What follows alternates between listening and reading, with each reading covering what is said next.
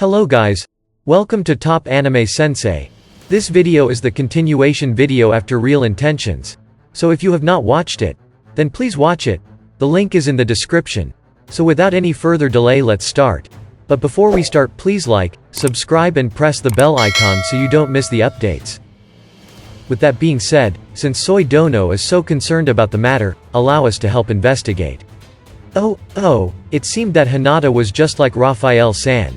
Neither would be too overconfident in their views. I knew she was very cautious, but to witness it with my own eyes truly made me respect her even more. I wished to learn from her and act more discreetly in the future. Speaking of which, I didn't expect her to suggest helping investigate herself. Then do indulge me. Report. Please ask her to investigate the internal affairs of armored nation Dwargon, as well to confirm if military operation is possible in the underground capital. What a savage Raphael-san was, it even dared to use Hinata. Nonetheless, its view was very logical. There were roads that crossed the Dwarven Kingdom within the Kainit Mountains, and that would be right under Gazel's purview. While I doubted the Empire could really do anything there, I suppose I could ask Hinata to look into it. Hinata-san, then there's something else I wish to request. What is it? Please investigate the structure of the Dwarven Kingdom as well. Dwarven Kingdom, you say? That city was constructed out of the large caves at the bottom of the Kainit Mountains. I see. There is that possibility. I knew it, though you look like a careless fellow, you are actually very cautious. Right? Got it. We will investigate the Dwarven Kingdom as well. I was not sure what quality of mine Hinata was admiring, but this should do. Although I felt like Raphael-san may be worrying too much, there was no such thing as absolute certainty in this world. Not long ago, I made up my mind about acting more cautiously, and if there were any potential threats, I would need to remove them quickly. And since Hinata agreed to help, there was no need to hold back. We discussed further in detail for a while. That afternoon, at that cafe, we casually went on about important matters that could be considered national secrets, although we did apply a sound isolation barrier to mute our conversation from the outside, which was why no one else would hear about our very important conversation. In times like these, having a skill like that was really convenient. Hinata explained many other things to me later as well. It ranged from many topics, not just military. Many people seemed to be tempted to manipulate our nation. All in all, their human caution was very strong. I could relate to them, however, given I was once a human myself, which was why I agreed with Hinata's view. Got it? There are people plotting to take advantage of you guys, so don't fall for their trap. To her words, I simply nodded in response. What do you mean? Are we going to get manipulated?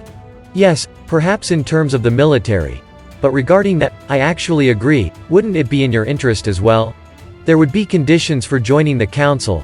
They seem to want to toss us the job of managing everything in the Great Jura Forest. We'd also act as the buffer for defending against the Empire. That seemed to be every nation's wish. No problem. With the number of wild monsters decreasing, there will be more people coming to the labyrinth. That's just what we want. Don't be too idealistic. The Order has seen firsthand how many scheming old foxes are in the council.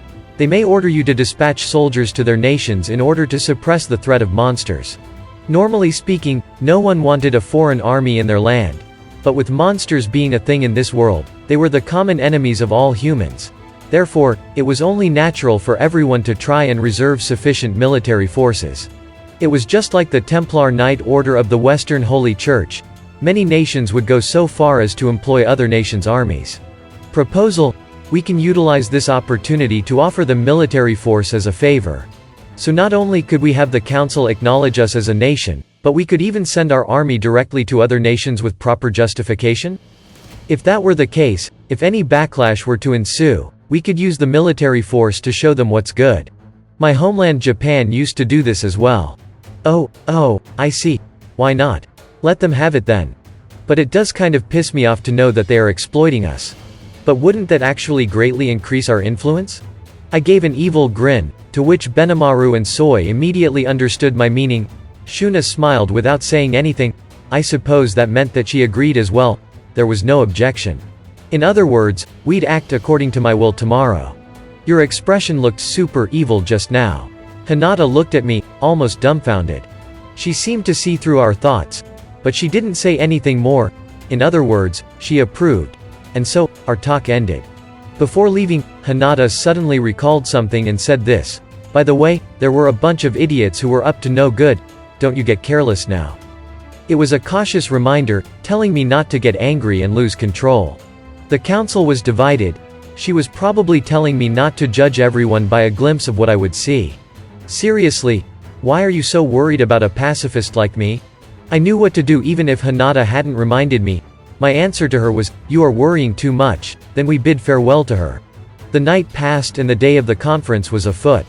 We headed to the venue. It was Benimaru, Soi, Shuna and I. Of course, all of our weapons were stored in my stomach. On the surface, we would appear unarmed. I had not the slightest sense of unease, having obtained much information from Hinata beforehand. Someone seemed to want to exploit our nation. But that wouldn't pose an issue for us joining the council.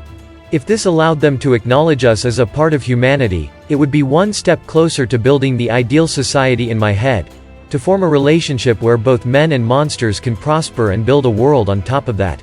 On the monster side, we'd already established such a relationship among Majins, dwarves, elves and many other races. This alone created a huge economic circle, but I was a human once myself, that's why I wanted to prosper along with humans. However, humans were greedy.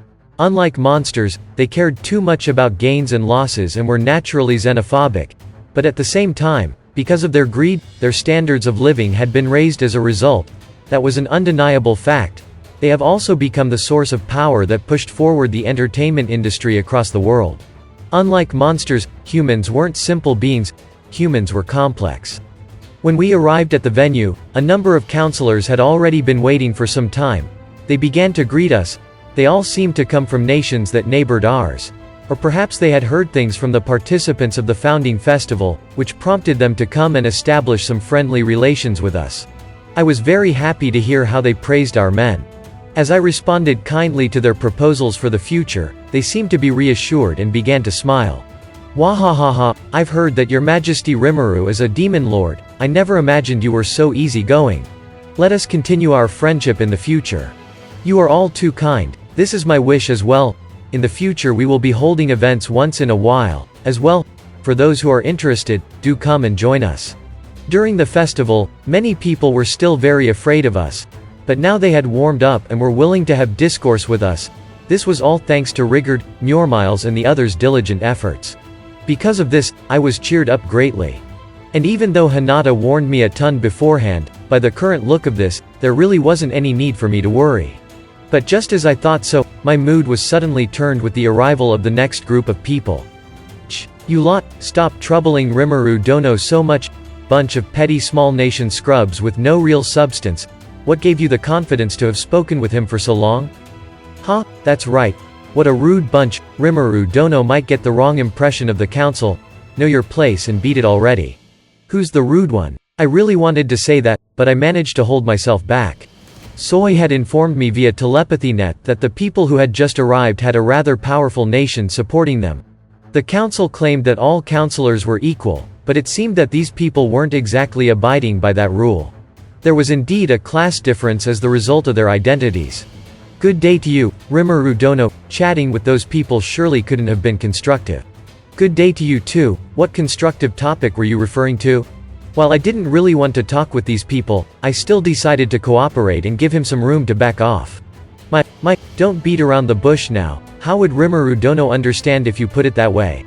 Ha ha ha, you have a point. I see that Rimuru Dono is unfortunately devoid of noble etiquette. Then allow us to teach you in the future. I merely replied out of courtesy, yet their responses had sounded really malicious. To be honest, these people's attitudes were way too natural. It's hard to tell if they really had ill intent or not.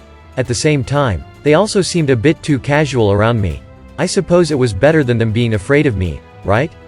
By the way, Rimuru Dono, I heard that you were building some interesting things? Indeed, I heard that you were developing something called a Magitrain? We totally would approve if you would export this item to our nation. Yes, that's our thought exactly. We can give you our aid, but of course, for a price, but it would seem inappropriate to continue. Huh?